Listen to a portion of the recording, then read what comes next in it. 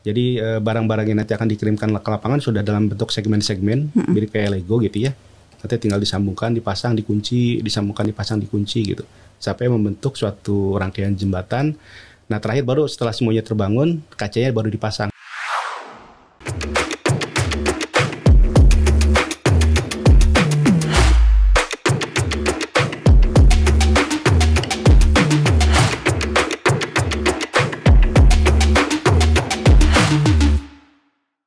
Halo Sobat Bina Marga, ketemu lagi di Bincang Jalan dan Jembatan. Kali ini bersama saya Rahma Hayuningtyah dan sudah menemani kita.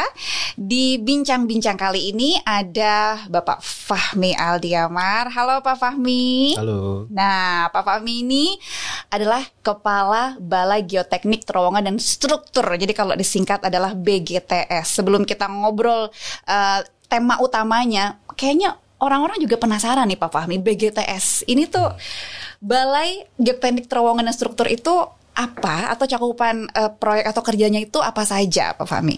Oke.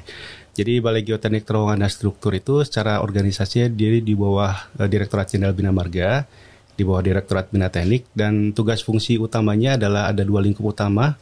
Yang pertama adalah terkait dengan layanan teknis untuk pengujian dan juga kalau misalnya ada permasalahan di Balai Pelaksanaan Jalan Nasional. Dan juga kita menyusun NSPK, norma, standar, dan juga spesifikasi teknis untuk kebutuhan konstruksi di kebinamargaan. Berarti seluruh Indonesia ya Pak ya? Betul, kalau lingkup pekerjaan kami memang mensupport untuk seluruh balai di seluruh Indonesia. Oke. Nah, sekarang kan judul acara kita kan Bincang Jalan dan Jembatan. Ini kalau ngomongin jembatan nih Pak Fahmi ya, mungkin salah satu jembatan yang paling viral dan paling ditunggu-tunggu orang sekarang karena secara tampilannya kayak Instagramable banget. Semua orang kan kayaknya harus gitu pergi ke tempat-tempat yang kayak gitu sekarang kan buat di sosmed. Ada yang namanya jembatan kaca Seruni Point ya. Ini happening sekali dan sangat ditunggu oleh publik gitu. Tapi mungkin yang ingin saya tanyakan dulu adalah sebenarnya kan jembatan kaca itu bukan yang pertama ada lah gitu di Indonesia. Di beberapa tempat kita udah pernah ketemu, misalnya kayak di Bali kita pernah lihat ada juga, atau mungkin di Bulukumba. Nah sekarang ada di kawasan Bromo dan bahkan mungkin ini akan menjadi ikon baru untuk pariwisata Jawa Timur. Kira-kira nih Pak ya, buat di-spill aja deh ke yang udah penasaran, jembatan kaca Seruni Point ini kira-kira istimewanya apa? Oke. Kalau dari segi istimewanya sebetulnya ini masuk kategori jembatan pertama dengan tipe suspended. Jadi agak berbeda dengan di lokasi lain ya. Jadi kalau jembatan kaca misal yang di Bali itu tipenya adalah suspension. Jadi yang membedakan adalah dari segi strukturnya. Jadi strukturnya dia sistemnya adalah ada kabel utama yang di bagian atas. Dan lantainya dia ditopang oleh kayak semacam kabel-kabel yang dibangun secara vertikal. Nah kalau yang kita yang di tipe suspended, kabel utamanya itu dia diposisikan di bagian lantainya. Sehingga dari segi kekakuan dia akan lebih kaku, kemudian dari segi kekuatan juga dia akan lebih stabil dibandingkan dengan tipe yang suspension sebetulnya. Kemudian dari segi dari segi TKDN ya, kita kan sekarang juga lebih sering didorong oleh Pak Menteri. Jadi supaya menggunakan produk dalam negeri. Nah ini juga hampir 70% dari segi material dan tenaga kerja itu hampir seluruhnya dia mempergunakan tenaga kerja dari lokal atau dari Indonesia. Terutama dari daerah Tengger Semeru. Jadi kita memanfaatkan tenaga lokal untuk meningkatkan juga ekonomi di wilayah sekitar. Nah kemudian dari segi fungsi tadi ya. Jadi sebetulnya ini tidak hanya untuk sebagai jembatan penyeberangan saja. Jadi utamanya adalah ini untuk membuat kayak semacam atraksi atau membuat suatu destinasi baru di daerah Bromo, sehingga dari segi dukungan kita ke KSPN juga akan lebih tinggi dibandingkan lokasi-lokasi yang lainnya. Oke, ini kalau misalnya kita ngomongin soal konstruksinya dulu nih Pak Fahmi ya, kenapa kita harus pakai metode itu suspended yang tadi, sementara yang lainnya mungkin udah umum dengan yang metode suspension mungkin? Apakah karena mungkin di sini lokasinya punya faktor-faktor tertentu misalnya dari segi alam atau apa, ini kenapa harus pakai itu Pak? Jadi pertama lokasi Bromo itu kan challenging karena pertama dia di daerah ceruk ya. Ceruknya itu cukup dalam sampai dengan 80 meter dan posisinya adalah posisi di mana dari segi temperaturnya relatif dingin ya dibandingkan lokasi yang lain, sehingga pertukaran udara, aliran angin juga itu akan lebih tinggi dibandingkan lokasi-lokasi yang di daerah pedataran. Jadi memang ada kekhususan kenapa kita harus membuat lebih stabil, karena di sana tekanan anginnya akan lebih tinggi dibandingkan dengan lokasi-lokasi yang lebih datar. Ngomong-ngomong nih Pak Fahmi, kapan nih terakhir ke sana nih? Semua orang kayaknya mungkin orang yang paling sering ke sana adalah Pak Fahmi ya, sebelum semua orang ke sana. Terakhir kapan Pak? Saya kurang lebih 3 bulan yang lalu ke sana. Saya juga melihat kondisinya. Kalau dari segi jembatannya kan sudah selesai ya tahun lalu di bulan Oktober. Tapi dari segi fungsi keseluruhan dan sarana pendukungnya itu memang ditargetkan mungkin di akhir tahun ini akan selesai keseluruhannya. Di akhir tahun 2023 ini. Oke. Pak, coba jujur Pak. Udah pernah berapa kali bolak-balik? Kalau nggak gini deh, ini kan 120 meter ya Pak ya? Ya. Tingginya itu 80 meter di bawah jurang gitu ya kan Pak. Nah, butuh berapa lama untuk Pak Fahmi menyeberangi dari satu ujung ke ujung lain? Nggak mungkin Pak nggak pakai gemeter. Saya ngebayangin lutut aja lemes banget ini kalau lewat jembatan ini. Sebetulnya kalau bidang kalian saya kan di geoteknik ya. Jadi saya biasanya tuh berjalan di atas tanah. Baik. Jadi kalau ini jembatan hal yang baru juga untuk saya. Jadi pertama kali saya melintasi itu pada saat proses konstruksi 80%, itu sudah lantainya sudah terbentuk. Itu saya butuh waktu kurang lebih sampai dengan 15 menit untuk menyeberang. Hanya untuk 120 meter. Iya, tapi sambil pegangan tapi ya. Belum berani saya istilahnya itu melepaskan tangan terus berjalan itu belum berani. Nah, setelah kedua ketiga agak lebih berani. Kalau terakhir saya coba 3 bulan yang lalu sampai dengan lari juga nggak ada masalah. Jadi sambil ngopi di tengah-tengah udah berani Pak? Sudah. Sambil makan pisang goreng juga di tengah. Wah, bikin iri ya. Enak juga, saya ngebayangin soalnya kan Bromo itu tempat orang melihat sunrise. Di Seruni Point ini, jembatan ini bisa juga Pak lihat sunrise di situ? Bisa, tetapi memang dari segi view-nya ya, dia akan terhalang dari gunung, kan di sana ada Gunung Semeru, Gunung Batok. Jadi memang view-nya agak sedikit terhalang dibandingkan dengan kalau kita ke Seruni Point-nya. Jadi kalau Seruni Point dia di posisi yang tertinggi di sana. Jadi view keseluruhan akan terlihat, dan sebetulnya kalau dari Seruni Point kita melihat jembatan kaca pun akan terlihat di sana. Akan kelihatan. Betul. Nah, targetnya kita akan membuat kayak semacam art lighting. Jadi nanti ada kayak semacam lampu-lampu ritmik ya yang dipasang di bagian lantai kacanya. Jadi harapannya tadi pada saat orang melihat sunrise juga akan bisa melihat ada atraksi lampu di pagi hari. Seru banget. Tapi mungkin justru kalau sunrise iya pasti di pucuknya ya Pak ya. Cuman mungkin ketika di Seruni Point ini, di jembatan kaca ini memang suguhannya berbeda. Kabarnya 3 gunung sekaligus bisa kelihatan dari atas jembatan ini. Ada Gunung Semeru, Bromo, dan Gunung Batok, bener ya Pak ya? Betul. Wow. Oke. Nah, saya jadi penasaran, saking banyaknya pengen saya tanyain. Mungkin yang juga bikin penasaran orang-orang, jembatan kaca itu kacanya apakah kaca yang biasa kita lihat di toko material gitu, atau kaca yang kayak apa sih Pak yang dipakai gitu supaya semuanya aman? Betul. Nah, kalau kita kan biasa menggunakan handphone ya. Nah, di handphone kan kita mengenal yang namanya tempered glass atau Gorilla Glass ya. Nah, sebetulnya tipe kacanya mirip seperti itu. Jadi mempergunakan tempered glass. Karena kalau misalnya kita mempergunakan kaca yang lain, kalau kita pecah gitu ya, kaca itu pecah, dia akan membentuk bagian-bagian pecahan yang tajam. Nah, itu bisa melukai pengguna jalan pada saat dia melewati jembatannya. Jadi kita menggunakan tipe tempered glass yang kalau misalnya dia pecah, dia akan membentuk kayak semacam prisma-prisma yang tidak runcing istilahnya tuh.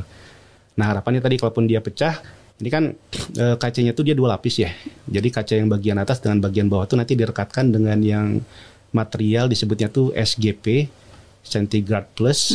Jadi tujuannya adalah untuk merekatkan dan juga memberikan kekuatan tambahan pada kacanya.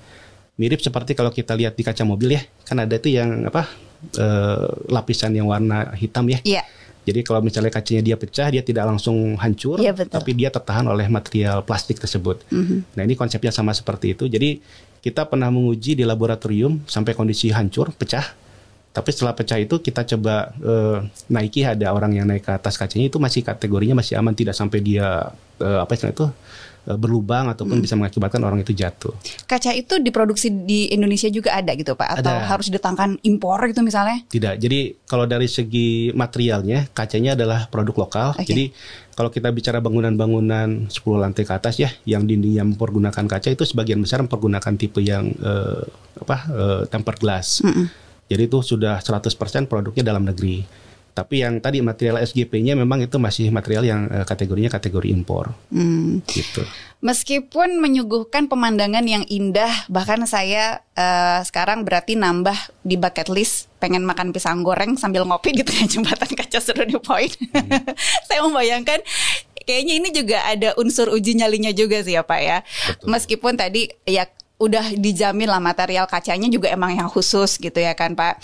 Cuman kan ini kalau kita melihat kan bentuknya agak melengkung ya Pak ya, agak melengkung gitu. Sepertinya kalau kita menyusuri jembatan ini setapak demi setapak akan lebih terasa sensasi adrenalinnya karena ini akan menyusuri ke bawah. Itu emang sengaja dibuat seperti itu atau gimana Pak Fahmi? Ya, jadi dari segi tipe jembatannya tadi memang dia mengharuskan ada kayak semacam lengkungan ya. Ya. Tapi memang itu juga memberikan sensasi lebih karena posisi kemiringan di posisi awal kita masuk akan lebih curam dibandingkan dengan posisi yang di tengah.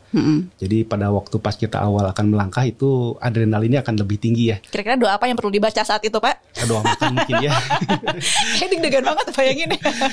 Jadi setelah kita melewati daerah yang agak cukup terjal, sebetulnya di bagian tengah itu dia cukup flat. Oh iya. Jadi memang di bagian tengah itu kita membuat kayak semacam daerah bay ya. Daerah bay itu untuk orang bisa selfie, foto-foto, dan view-nya langsung ke tadi 3 gunung yang terlihat secara jelas. Apalagi kalau kondisi cuacanya cerah ya. Lagi clear gitu ya. Bagus luar banget biasa ya, Pak, spektakuler cuacanya skenario-nya. Berarti nggak cukup pisang goreng sama kopi, harus bawa seseorang ke situ ya Pak ya. Aduh, jadi kemana-mana ini.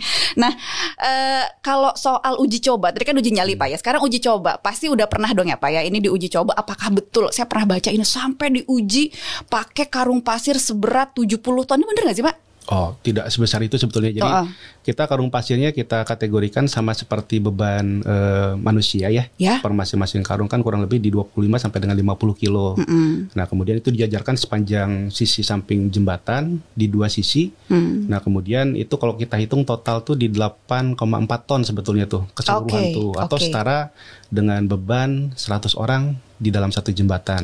Oh berarti saya yang salah baca. Nggak 70 ton, 7 ton ya mungkin ton, ya. Dan ternyata nggak 7 ton, ternyata 8 ton. 8,4 ton, betul. Dan itu lolos uji ya Pak ya? Lolos uji. Aman jadi, ya Pak ya? Deformasinya kita pasang sensor di bagian bawah jembatan. Oh gitu? Betul. Sensornya itu nanti gimana Pak? Memberikan warningnya itu gimana? Jadi pada saat nanti bebannya full, kapasitas 100 orang, nah dari hasil instrumen itu akan terbaca berapa lendutan yang terjadi, berapa pergerakan yang terjadi, sehingga kalau kita melewati threshold tertentu ya, oh ini berarti berbahaya, stop, jangan ada pengunjung yang melewati jembatan.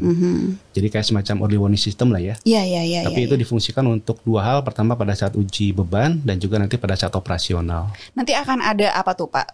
Bentuk peringatannya apakah ada semacam suara kah? Atau ada peringatan di sistem kontrol tertentunya atau gimana tuh Pak? Kita rencana akan membangun kayak semacam sistem alarm ya. Jadi kayak semacam ada lampu di bagian sisi luar.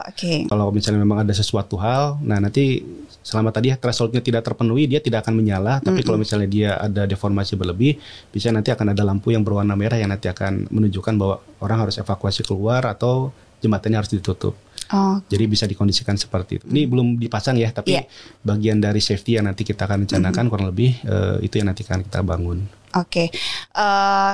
Kalau misalnya nanti sudah dibuka, ini kan saat kita ngobrol sekarang kan belum dibuka nih Pak ya, karena juga memang diproyeksikan mungkin nanti dekat-dekat dengan akhir tahun baru bisa dibuka untuk umum, karena memang bukan cuma jembatannya aja yang harus ready, tapi kayak semua infrastruktur pendukungnya juga harus siap kan ya Pak ya. Nah, ketika ini sudah mulai dibuka untuk umum gitu, biasanya nanti di perencanaannya pengunjung itu akan dilengkapi dengan alat pengaman apa aja Pak? Jadi kita akan menggunakan 2 konsep. Yang pertama adalah pengaman di bagian kaki. Nanti akan ada pelindung kaki yang dipasang pada saat dia akan melewati. Yang kedua nanti ada kayak semacam harness, jadi body harness, kayak semacam rompi yang dilengkapi dengan sistem penjangkar ya. Nanti bisa dikaitkan ke salah satu kabel di sisi jembatan. Tujuannya tadi apabila setengah jalan yang akan melewati tangan menyerah gitu ya, sudah nanti kita akan ada guide lokal yang nanti akan membantu orang tersebut keluar dari jembatan. Gitu. Berarti alas kaki itu berarti nanti kita nggak bisa maksudnya dibungkus gitu Pak, alas kaki kita ya harus pakai.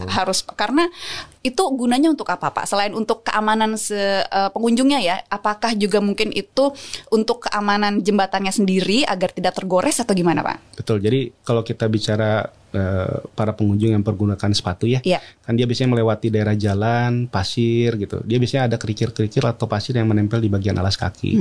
Nah itu kalau misalnya dia mengenai kaca, dia pasti akan tergores, walaupun tidak mengakibatkan kerusakan ya. Iya. Tapi dia akan ada kegores dan mengakibatkan kaca itu akan menjadi buram. Jadi perlu ada alas. Yang pertama adalah untuk melindungi kacanya dan juga pengunjung yang nanti akan melewati jembatannya supaya dia tidak licin dan terjatuh lah pada saat dia melewati jembatan. Tadi yang menarik Pak Fahmi sempat di awal juga menyinggung kalau pembangunan jembatan ini bukan semata-mata untuk kepentingan konektivitas saja, tapi ternyata ini lebih dari itu impactnya, karena kemudian masyarakat di sekitar ikut ambil peran jadinya ya Pak ya. Boleh diceritain nggak Pak soal itu mungkin ketika akhirnya roda perekonomian daerah setempat jadi bergerak, ini gimana Pak? Oke. Jadi yang pertama di skema awal pada saat kita konsultasi publik ya dengan para pemimpin daerah. Jadi hal yang pertama kita tanyakan adalah kira-kira kebutuhan dasar yang mereka inginkan itu apa. Jadi saat itu mereka menyampaikan bahwa untuk kondisi saat itu, jadi lahan parkir itu menjadi kunci karena pada saat pengunjung datang di hari libur itu tidak tertampung di lokasi di Bromo itu. Jadi pada saat itu ada rencana untuk membangun kawasan parkir, dan pada saat itu juga kita terpikir kalau kita membuat koneksi antara lahan parkir ke destinasi yang di luar gitu ya, jadi kayak semacam penghubung, itu juga akan membuat kayak semacam atraksi terpisah dibanding Seruni Point. Jadi ada dua lokasi yang menjadi dua destinasi untuk para turis ya. Jadi Seruni Point untuk yang bagian kita melihat sunrise. Nah kalau jembatan ini dia bisa diakses kan hampir setiap waktu kecuali kondisi khusus ya. Nah nanti di situ kita juga akan mencoba membuat kayak semacam moda transportasi khusus. Jadi memanfaatkan orang lokal ya yang menggunakan jeep ataupun kuda. Jadi orang tidak boleh menggunakan transportasi lain dari ujung atau dari inlet jembatan ke outlet jembatannya. Nah itu harus dibantu oleh tenaga lokal menggunakan kuda ataupun jeep. Jadi juga tadi akan meningkatkan atau menambah income dari masyarakat sekitar. Belum nanti akan ada kios-kios, pedagang. Nah itu juga otomatis ya kita harapkan ya. Jadi income per kapita untuk masyarakat juga akan meningkat dengan adanya atraksi ini. Selain itu kan sebetulnya juga ada isu-isu lain ya Pak ya. Di daerah Seruni Point ini, maksudnya di daerah sekitarnya gitu. Misalnya kayak akses untuk air gitu, kemudian juga untuk ya kan ya Pak ya. Betul. Kemudian juga mungkin lahan parkir tadinya tidak terkoordinir dengan baik gitu. Dengan adanya Seruni Point ini jadinya bisa dipikirin lebih lanjut nih Pak. Itu nanti gimana kira-kira usaha untuk menuju ke sana apa saja yang dilalui Pak? Oke. Jadi targetnya kan tadi ya kita membangun sesuatu ada keberlanjutannya. Iya. Jadi pada saat kita bicara keberlanjutannya kan harus mandiri. Jadi di sana tuh memang yang kekurangan sekali itu masalah air bersih. Jadi hampir daerah-daerah atau perumahan di sana dia harus menggunakan air bersih yang diambil dari bagian bawah Bromo. Nah memang itu akan ada biaya tambahan ya, karena kan setiap waktu dia harus membeli air terus menerus. Nah ini dari sumber daya air juga sekarang dalam proses evaluasi. Jadi ada beberapa kantung air lah ya yang nanti bisa digunakan bagi warga, terutama untuk mencukupi kebutuhan hidup sehari-harinya. Jadi akan ada integrasi tadi untuk turis ya, lahan parkirnya yang nanti akan terkoordinasi oleh Pemda, dan juga untuk air sendiri juga akan dipenuhi oleh Direktorat Sumber Daya Air. Itu yang luar biasa sih Pak. Maksudnya ketika kita tahu gitu bakal ada jembatan dibangun, ternyata bukan semata-mata untuk menghubungkan dari satu tempat atau satu titik ke titik lain. Betul. Ternyata impactful, itu luar biasa. Apalagi kemudian manfaatnya untuk warga sekitar yang tadinya nggak ada jadi ada, yang tadinya warga tidak bisa mengakses jadi bisa. Itu kan jadi memberikan kemudahan untuk mereka ya Pak ya. Nah kemudian Pak, tadi kan sempat juga disebutkan bahwa ini akan semakin memberdayakan warga sekitar, terutama untuk mereka yang kemudian nanti bergerak di sektor pariwisata kayak jeep dan juga kuda. Nanti sewanya nggak cuma untuk mereka yang pengen ke lautan pasir aja. Betul. Berarti nanti bisa dipakai juga untuk mereka yang mau ke jembatan Seruni Point ini. Nah sebenarnya kalau dipikir-pikir ya Pak, Bromo ini kan udah menjadi kawasan destinasi wisata yang cukup populer ya Pak ya. Iya. Lantas mengapa si jembatan Seruni Point ini harus dibikin juga? Toh kan Bromo sudah cukup terkenal. Kenapa harus dibikin lagi Pak atraksi wisata baru? Oke. Jadi yang pertama adalah tadi tidak membuat turis itu terkumpul di satu wilayah saja. Jadi Lautan Pasir kan sudah sangat terkenal ya. Jadi pada saat peak season itu pasti akan banyak orang ke sana. Terus tadi Seruni Point juga dia pada saat peak season ya itu juga pasti akan banyak destinasi wisata atau turis yang datang ke sana. Nah itu hal yang nanti menjadi pikiran kita. Jadi jangan sampai hanya ada lokus-lokus tertentu yang padat oleh turis. Nah, jadi salah satu cara untuk pemecahnya adalah tadi kita membuat satu destinasi baru, jadi di Jembatan Kaca dengan lahan parkirnya. Nah, dengan harapan nanti di situ orang akan terpecah. Jadi di satu waktu orang tidak akan tertumpuk di satu tempat, itu intinya ke arah sana. Nah, itu harapannya. Jadi jangan sampai nanti crowded sekali dan ya tadi tidak akan terorganisasi dengan baik ya pada saat nanti dia sudah full di satu lokasi. Jadi dibagi ya Pak ya, kantong-kantong tempatnya juga nanti jadi lebih merata tadi warga sekitar punya sumber income yang lebih banyak gitu sumbernya, nggak cuma di satu lokasi aja. Betul, gitu ya Pak ya. Oke, nah kemudian ini Pak, kita juga jadi pengen tahu lebih ke belakang lagi nih Pak. Kenapa atau apa asal usul adanya atau inisiatif dibangunnya si jembatan Kaca Seruni Point ini? Oke. Jadi sebetulnya ini direktif ya. Jadi waktu itu Pak Dirjen Bina Marga meminta kita jangan sampai kalah dengan teknologi yang ada di luar. Dalam artian kita juga jangan hanya melihat bahwa jembatan itu adalah jembatan-jembatan standar. Kita harus melihat apakah ada perkembangan baru jembatan di luar negeri. Nah, pada saat itu memang yang viral adalah jembatan kaca di Cina. Nah, waktu itu Pak Dirjen juga minta coba cek seperti apa sih bisa kita buat atau tidak gitu di Indonesia. Nah, itu yang mendasari pada saat itu kita melakukan evaluasi, kita mengkaji dan akhirnya kita menentukan tipe konstruksi jembatan ini nih yang cocok dengan lantai kaca dan mencari lokasi yang tepat. Kebetulan yang lepat adalah di daerah Bromo itu. Kata Pak Fahmi, challenge accepted ya Pak ya. Iya. Oke, waktu itu sempat ada nominasinya nggak sih Pak? Kayaknya harusnya bisa dibikin di mana dan akhirnya terpilihlah di Bromo, di Seruni. Ada nggak Pak sempat kepikiran? Ada. Jadi waktu itu memang kita diminta untuk mendukung ke KSPN, jadi kawasan strategis pariwisata. Jadi waktu itu kita sempat cek juga di Kalimutu, kemudian ada beberapa lokasi lain di Bandung pun sempat kita lihat di Tahura ya, Taman Hutan Nasional, dan lokasi-lokasi lain dengan tujuan tadi kira-kira yang memiliki bentang yang sesuai, terus kondisinya juga cukup baik. Kita pernah melihat di satu lokasi di daerah pantai, tapi kan kalau pantai laju korosinya kan tinggi ya. Nah, ini karena strukturnya adalah baja, nah ini kita agak khawatir mungkin umurnya akan lebih pendek dibandingkan kalau kita menempatkan di daerah pegunungan. Nah, sehingga nanti itu yang menjadi salah satu dasar pemilihan kita mengarah ke daerah Bromo yang memang dari segi laju korosi lebih sedikit ya. Walaupun challenge-nya ini karena dia di dekat gunung, kan belerangnya juga agak tinggi ya. Betul. Nah, jadi memang pada saat itu juga kita berpikir mungkin kita perlu ada lapisan tambahan. Jadi tidak hanya dengan anti korosi biasa, kita juga melakukan pengecetan, ada double coating lah ya, double perlindungan untuk menghindari kalau nanti ada erosi akibat belerang, itu tidak akan mengakibatkan jembatannya keropos. Oke. Ini ngomongin soal bentang ya Pak ya, meskipun Pak Fahmi udah istilahnya udah keliling yang mana yang paling cocok. Tetap ya Pak, 80 meter jurang itu adalah sesuatu yang sangat menantang, apalagi bikin jembatan biasa aja menantang, apalagi bikin jembatan kaca gitu di sini. Saya agak sulit membayangkan bagaimana proses pembangunan jembatan ini, apalagi ini kan di kawasan Taman Nasional ya Pak ya, di mana pasti ini adalah wilayah konservasi yang kalau bisa jangan kesenggol sedikit pun gitu yang namanya vegetasi atau ekosistem di bawahnya. Ini gimana Pak? Tantangannya seperti apa dan waktu itu gimana akhirnya bikinnya sampai jadi? Jadi memang waktu itu yang kita lewati adalah zona rimba, jadi zona yang tidak boleh ada gangguan. Jadi kepemilikan atau pengelola wilayah adalah Taman Nasional Bromo Tengger Semeru. Jadi waktu itu kita juga koordinasi dan kita juga menyampaikan bahwa metode konstruksinya yang akan digunakan itu minim atau tidak akan mengganggu daerah konservasi tersebut. Jadi untuk pelaksanaannya, jadi kan ini akan ada kabel besar ya yang akan dibentangkan dari satu posisi ujung ke ujung gitu ya. Nah, karena di bagian bawahnya adalah daerah konservasi, kita pertama mempergunakan drone. Jadi drone itu nanti akan ada tali kecil yang diikatkan ke drone tersebut, dan itu menjadi media untuk membentangkan dari posisi inlet ke outletnya. Jadi dari ujung ke ujung tuh pertama mempergunakan tali yang kecil dibantu oleh drone, diterbangkan. Nah, kemudian tali kecil itu akan disambungkan dengan tali yang lebih besar dan lebih besar lagi, sehingga nanti bertemu dengan kabel yang ukurannya kalau tidak salah sampai dengan 2 incian lah. Nah, itu jadi bertahap ya. Jadi pertama dari tali yang kecil dibentangkan dan menggunakan drone sehingga tidak ada gangguan ke bagian zona rimbanya.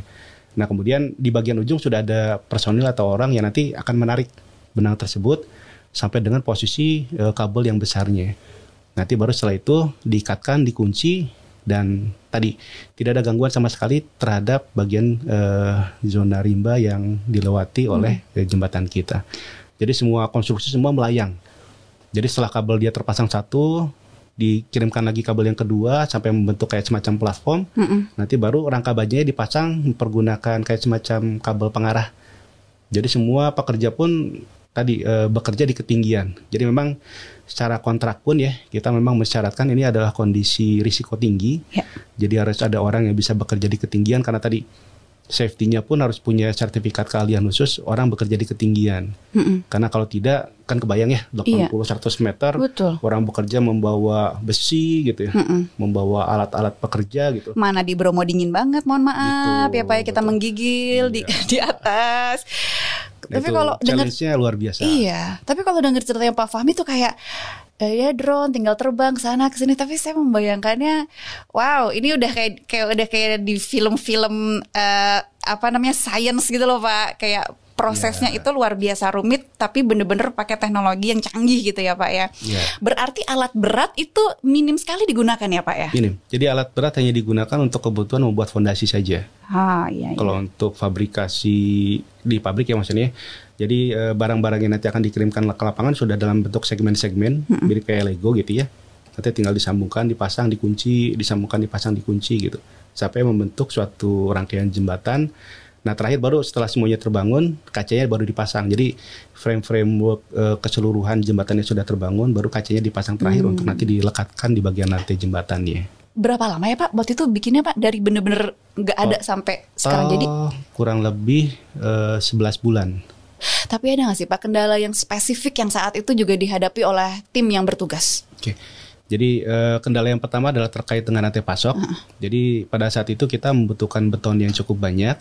Dan pada saat itu juga kebutuhan suplai beton dari Jawa Timur ke Semeru itu tidak bisa dikirim terlalu banyak dikarenakan kondisi medan jalannya yang cukup sempit. Jadi memang ada sedikit kendala pada saat kita akan pengecoran. Suplai material yang kita akan kirimkan itu sangat tergantung dari supir si truk yang nanti akan mengirimkan material tersebut ke atas. Kemudian yang kedua adalah terkait dengan kondisi khusus. Jadi pada saat itu juga terjadi bencana erupsi di Gunung Semeru. Jadi pada saat itu juga debu vulkaniknya cukup banyak sehingga beberapa pekerja harus evakuasi dan tidak boleh berada di lokasi kerja. Jadi kita butuh waktu kurang lebih 1 minggu ya delay dikarenakan debu vulkaniknya cukup tinggi. Tapi ya alhamdulillah tidak ada gangguan secara spesifik terhadap jembatan kaca yang sedang kita bangun. Sungguh penuh perjuangan ya Pak ya untuk membangun jembatan secantik ini. Tapi memang yang di mana-mana yang namanya sesuatu yang indah itu memang butuh pengorbanan dan perjuangan ya Pak ya. Betul. Tapi hasilnya ternyata luar biasa dan kita akan tunggu sama-sama. Nah, Pak Fahmi, kalau bisa sih kita lanjut ngobrol ini tapi langsung di jembatan kaca Seruni Point ya Pak ya. Meskipun saya juga nggak yakin kalau saya bisa seberani itu ya nyampe ke tengah. Kalau Pak Fahmi tadi berapa menit? 15 menit ya Pak ya? 2 hari kayak saya baru nyampe ujung Pak.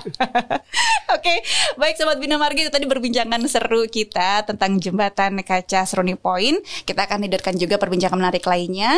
Jadi jangan lupa juga selain nonton podcast ini, follow juga, like juga, komen juga sosmed Ditjen Bina Marga PUPR_Bina Marga. Saya Rahma Hayuning Diah pamit. Kita kompak dulu bilang ini Pak. Oke. Tetap semangat. Tetap semangat. Menyambung negeri. Terima kasih banyak Pak Fahmi. Sama-sama.